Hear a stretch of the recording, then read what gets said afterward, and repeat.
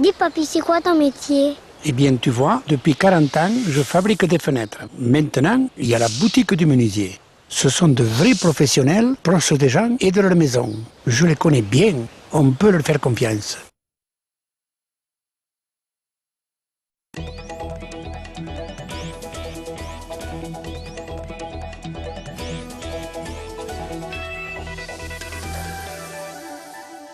Bonsoir, bienvenue à France 3 Tarn. Derrière moi, des manifestants, lycéens et parents d'élèves qui réclament plus de moyens pour l'éducation nationale, vous les entendez. Dans notre journal, nous parlerons également des balbutiements d'Internet pour les viticulteurs gaillacois qui tentent de vendre leur vin en ligne. Enfin, c'est l'ouverture de Cap Découverte, c'est ce week-end. Reportage tout de suite. Ils ont chanté, ils ont crié, ce sont plus de 300 lycéens qui se sont réunis devant la préfecture du Tarn cet après-midi pour dénoncer les suppressions de postes. On a plus fait des actions symboliques, on n'a pas eu vraiment de réponse. Est-ce qu'il faut passer au stade supérieur, c'est-à-dire descendre dans la rue? Peut-être.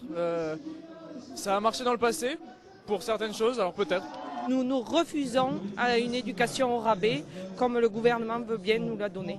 C'est-à-dire en supprimant 11 200 postes, ils mettent vraiment en péril toute l'éducation nationale en général.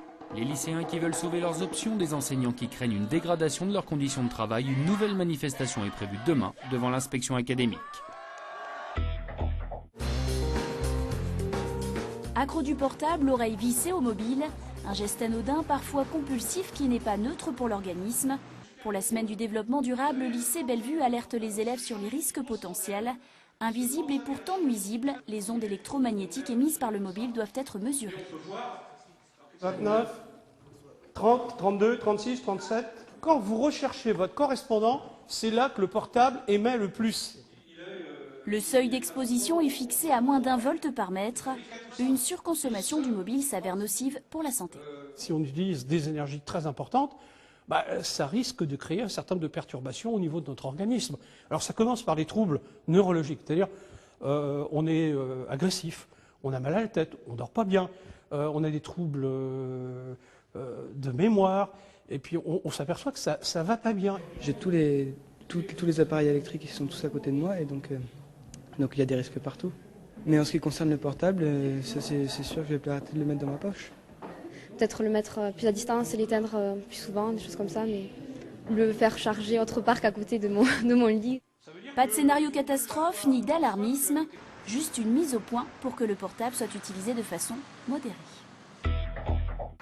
L'appellation Gaillac, c'est 4000 hectares de vignobles en appellation d'origine contrôlée que se partagent 3 caves coopératives et une centaine de caves particulières. Aujourd'hui, seule une poignée de domaines se sont lancés dans la vente par Internet. Nathalie Vessette a créé son propre site il y a 2 ans. Il est pour elle une vitrine de son produit. On a récupéré aussi de nouveaux clients qui sont après passés par le domaine, des groupes aussi, puisqu'on reçoit pas mal de groupes, donc on a eu quelques retours de groupes par rapport au site, puisqu'on a une page qui présente un petit peu les visites, différentes visites qu'on fait. Et après, il y a eu quelques retours de commandes, mais qui restent malgré tout assez faibles.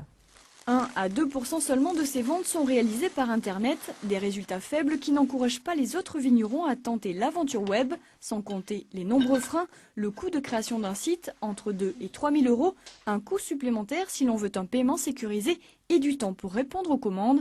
Le syndicat des vignerons indépendants du Tarn a donc eu l'idée de proposer un site commun et d'y ajouter la vente en ligne. Ce qui bloque aujourd'hui, c'est qu'un syndicat n'a pas le droit de faire de vente. Et donc, administrativement, il faut qu'on crée une société complètement indépendante pour pouvoir vendre en commun les vins de chaque vigneron.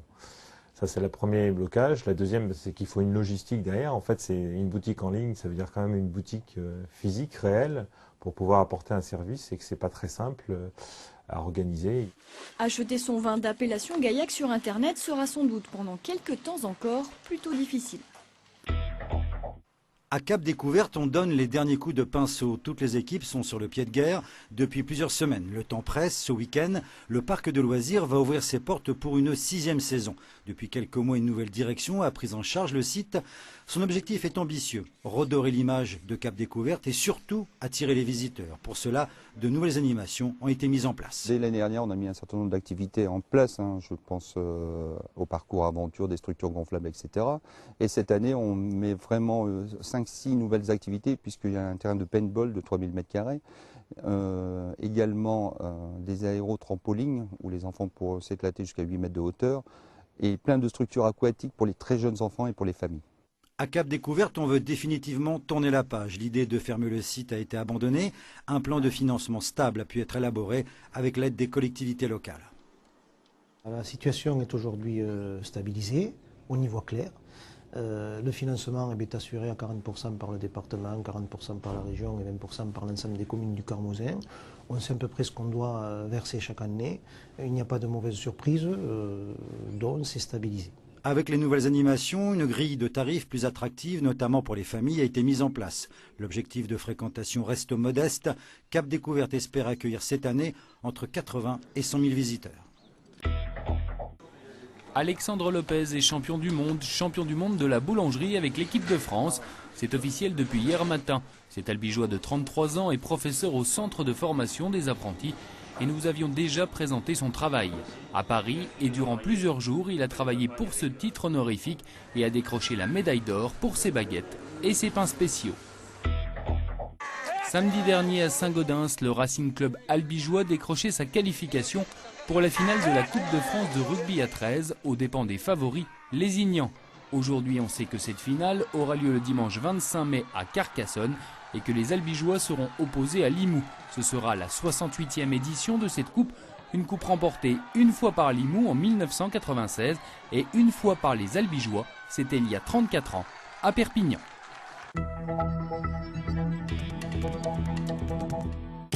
France 3 vous présente la météo. Avec la jardinerie Tarnaise, réveillez votre vraie nature.